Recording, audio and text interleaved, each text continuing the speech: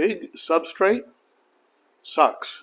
And I'm going to tell you why I think substrate like this is inferior to a finer substrate like the substrate you see here in this tank. So let's get into it right now. Why Big Substrate sucks.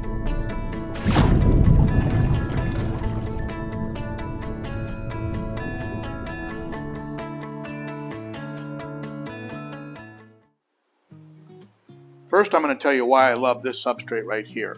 There's a couple reasons. First of all, it's a small to medium-sized grain. It's not too fine like this type of grain here. This sand, this is a fine sand. I believe it's a Carib Sea Naturals.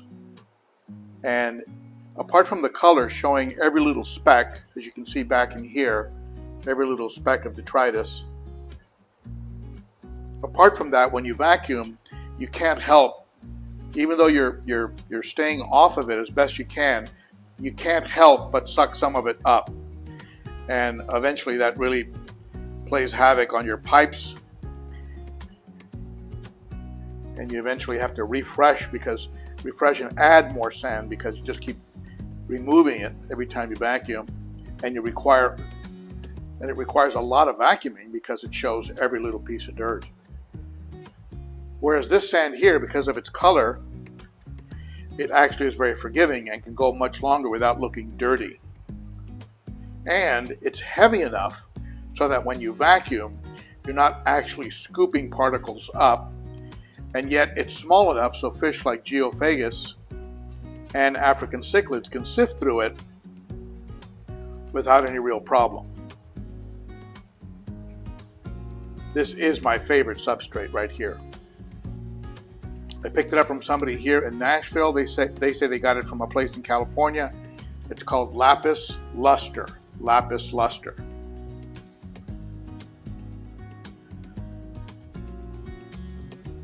The substrate in the 300-gallon is also very, very good. It's a bigger size substrate. It's not too big so that the fish can't sift it. African cichlids love to sift through the substrate and hunt around after a feeding. They'll spend a lot of time in the substrate looking for particles of food. So this is not too big for them not to do that. And ideally, it would be even a little bit smaller than this would be more ideal for African cichlids. They tend to do okay with it. This is a mix of aragonite and crushed coral, also from Carib Sea. I forget how many pounds, like 400 pounds of it, covering the bottom of a tank that's 7 feet across. I think it's about 33 inches front to back. I mean, it's a big footprint. Now, the reason I don't like this substrate, and first of all, keep in mind, the look I was going for was these circular stones, these large river rock that I picked up from a local quarry. I decided to kind of keep that sort of oblong theme and pattern in the aquarium, and so I went and picked up some of this river rock, the small river rock here. The problem with it is that it traps detritus. And then when the fish are sifting around in it, which is difficult to do because of the size of the rock, but when they move it around, you can see a lot of waste, like some of the waste you see trapped there. See if you can make it out. There's some of it right there. But when the fish are playing around in it, there's a cloud of waste that just floats around like a cloud around them that gets kicked up from the substrate. I've also seen the fish have a little bit of a hard time, in particular this vieja. I've seen him have a little bit of a hard time trying to get one of these pebbles out of his mouth. I thought I was going to have to pull him out and use some tweezers and pull the pebble out. Ideally, for sifting fish, you want to have a substrate that will actually could escape through the gills if it had to, like out the back, as you see African cichlids do so frequently. That's not going to happen with this. And I don't want to put them through the trauma of replacing the substrate. So I'm probably just going to have to keep vacuuming, just going to have to suck it up, pun intended, and just keep vacuuming this substrate every few weeks.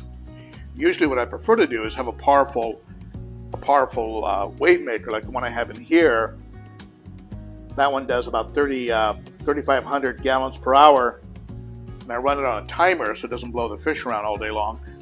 And the theory is that it actually blows the waste to the intakes of this. Here's an intake for a canister filter, a Sunsun 704B with a pre-filter over it.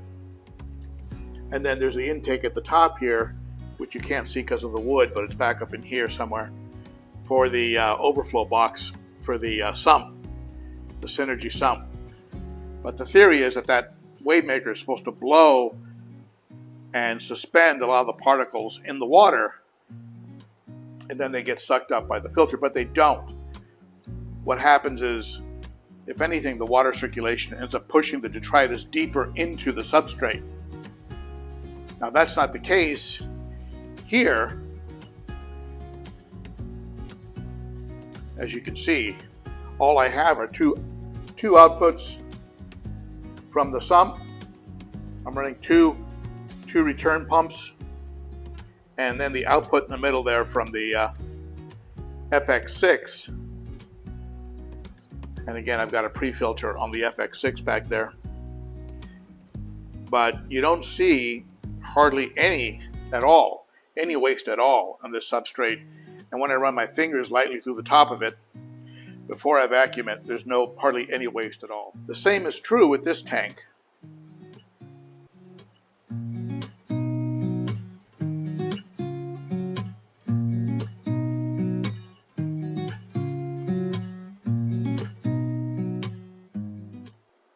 So if you're going to set up a tank, especially a cichlid tank or a tank with any kind of a fish that's going to be sifting through the substrate, I highly recommend that you get a small, not real small, but a small to medium size substrate that is classified as sand. And that will work best because the larger particles are only going to be a trap for detritus.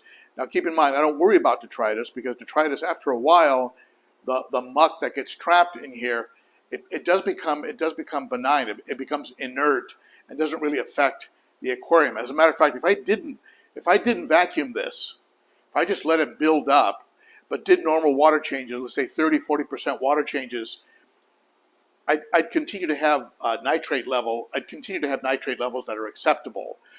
Reason being is that the waste becomes a bit neutral. It becomes just something, a non-issue over time.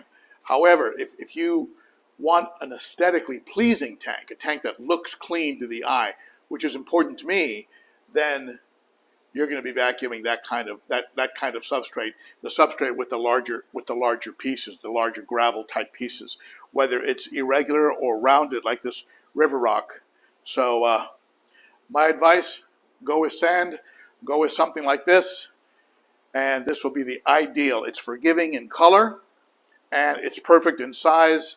The fish can take it in, it goes out through the gills, or they spit it out without a problem. And all things considered, that is what I consider to be the best size substrate overall, really for any kind of fish. That would be my first choice. If I could do it over, I'd do it that way for this one. And if I end up bringing the geos over to this tank, which I might just do, the geos that are in the 90 right now, if I end up bringing them over to the 210, which is likely, I'm going to end up having to do something. Maybe swap out some of this substrate. Underneath it, if you look real close here, underneath here there is a layer of some of the black and white aragonite that was in this tank originally when it was African cichlids. So maybe I'll clear out a big area, maybe push all the river rock to the back and leave it more of a sandy middle.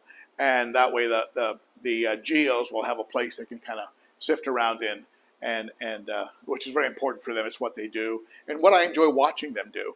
At any rate, that's my 2 cents on why Big Substrate sucks, and I mean it literally. You're going to have to get in there and you're going to have to suck with a siphon tube a lot, because to keep it in tip-top shape, which is important, of course, to us fish keepers. So, what are your thoughts? Share them in the comments below. If you like the channel, be sure to subscribe. Hit the thumbs up and the bell, and I'll see you at the live stream, Cichlids and Coffee live stream.